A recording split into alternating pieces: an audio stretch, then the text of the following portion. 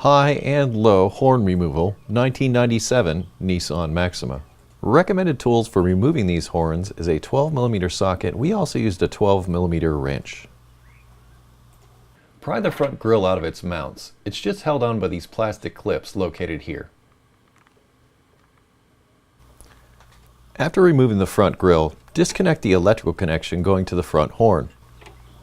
We then used a 12mm socket with an extension to remove the horn from the core support.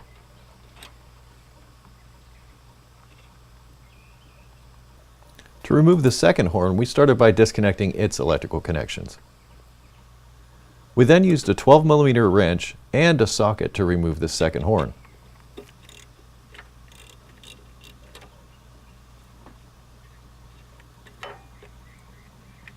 With the fasteners removed, we removed the horn assembly.